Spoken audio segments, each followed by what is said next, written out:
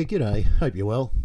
I was just going through cleaning my hard drive when I came across a few old clips that I'd saved for one reason or another, who knows.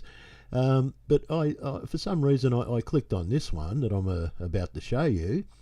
It was a story that appeared a few months ago, and the story was exclusive to Channel 7. And not only was it exclusive to Channel 7, but their main newsreader, their star of the news, Peter Mitchell, actually went out into the field and did this story. Now, these types of stories, they're always fake. But why are they done? Basically, in my opinion, they're done to ramp up the fear. That's right. False evidence appearing real. Fear. Ramp up the fear, but at the same time, let the public, let the people know that they are being protected by our good police. This story was about some fella who was running rampant, a crime rampage through a suburb in Melbourne here named Dandenong. And apparently these cops pulled him over, he escaped, tried to hijack another car, and then had a shootout, I suppose you could call it, with these police.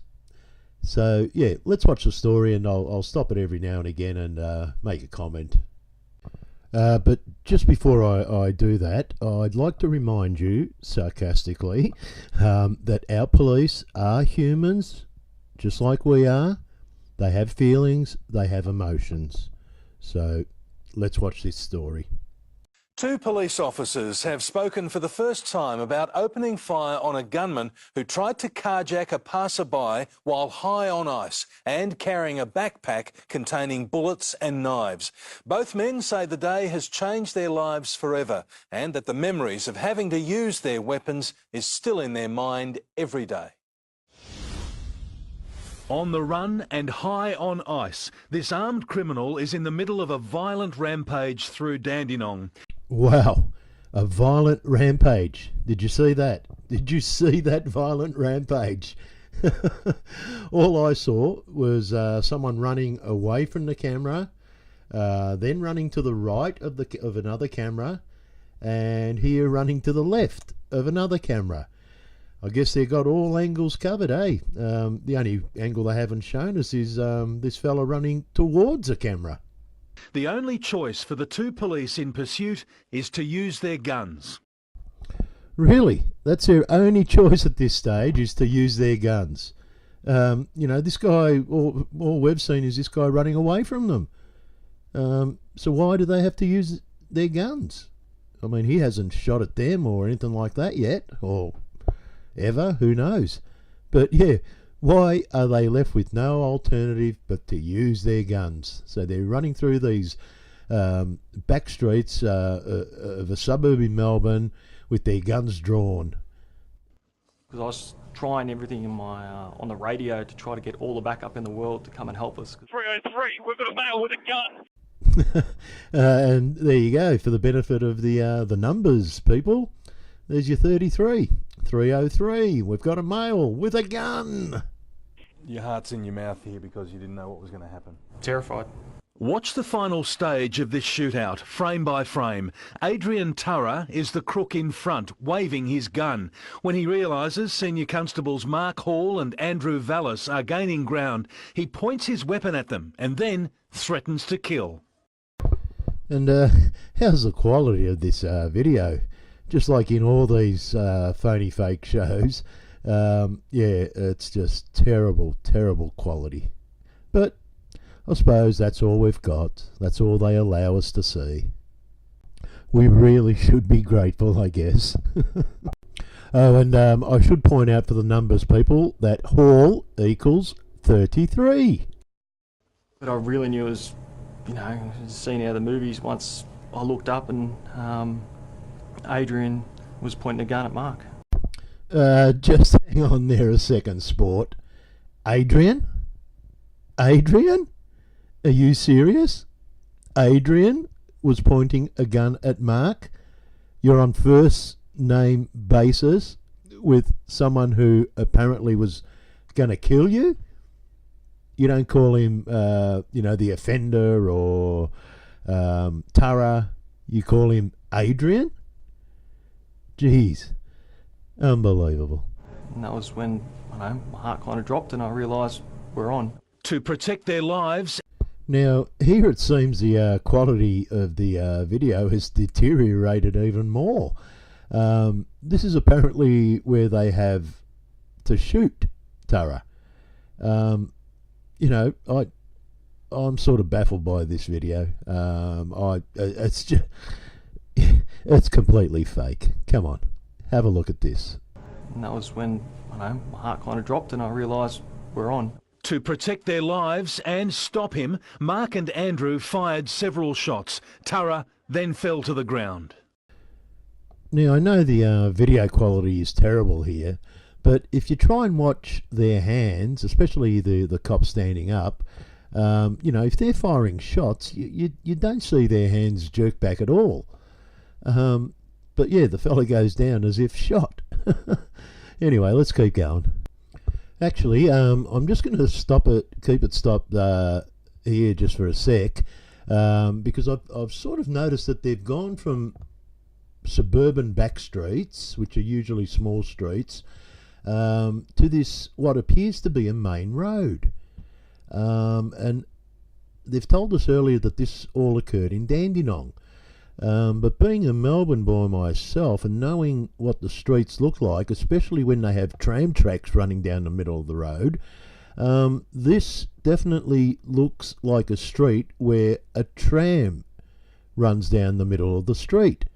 And if you know Melbourne, Dandenong has no trams, so I don't know what's going on here. It just sort of makes me think whether these scenes were shot at different locations and maybe even on different days. Who knows with these evil bastards? The experience of actually firing your weapon on the job, what does that feel like? It was definitely a surreal experience, like almost like a vortex of emotions. A vortex of emotions. Get fucked, you fucking idiot. I mean, isn't that what you're trained to do, what you're trained to handle? That's why you carry a gun. That's why you shoot it off, every week when you're training. Fuck me. Let's feel sorry for these cunts. And I remember taking aim on him, but there was a postman in his high-vis vest directly behind him. And I was like, I don't want to hit the postie, I don't want to miss.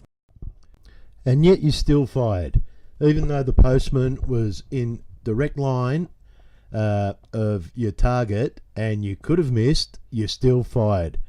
I wonder why that was, Valis. Was it because blanks can't really hurt anyone? And that's most probably what you were firing, champ? The worst thing I could ever do is use my gun. I don't want to do it. And you'd be thinking, have I done the right thing? Those seconds you have to think and make that decision can sometimes change your life. The chaos began when police spotted Tara inside a car, then pulled him over. When they asked him to confirm his name, he fled and then tried to carjack a BMW to escape. Once arrested, his backpack was recovered with a bag of bullets and 2 knives inside. Yeah, sure. Good story. But yeah, see that there as well? For the shoe people. There they are. The inevitable hoax shoes. Right there to be photographed. You've got to be on guard and plan for the worst case scenario. If these officers hadn't taken Tara into custody, no one knows what he could have done next. Oh, those brave officers, those brave cops. We just have to thank them. Yeah, who knows what he could have done next? I mean, we haven't even been told what he did initially, apart from being told that he was in the middle of a violent rampage. But we haven't been told anything about, what that involved. Did he rob a shop, at knife point or gunpoint? Did he, hold up a service station? Did he hijack a car? We don't know what this violent rampage involved at all. But we have to believe that if these officers didn't do what they did, who knows? Who knows what Tara could have done? He could have gone door to door in the back streets of Dandenong and killed everyone. Killed hundreds and hundreds of people, if not for these brave police. The memories of the shooting have been hard to shake. Oh, those poor lads. Oh, you know, bugger all their training. That just goes out the window when there's something like this happens, you know. I suppose, you know, what would relieve their pain and suffering might be a bravery award, followed by a promotion. Yeah? It's something I think about every day. I go to work, it's always in the back of my mind. People always sort of know you as maybe the police officer who shot someone in Dandenong, and that's how you sort of get introduced sometimes. Sorry, champ, but you'll always be remembered as the sellout, treasonous piece of shit cop who participated in this phony fake show. You're a piece of shit.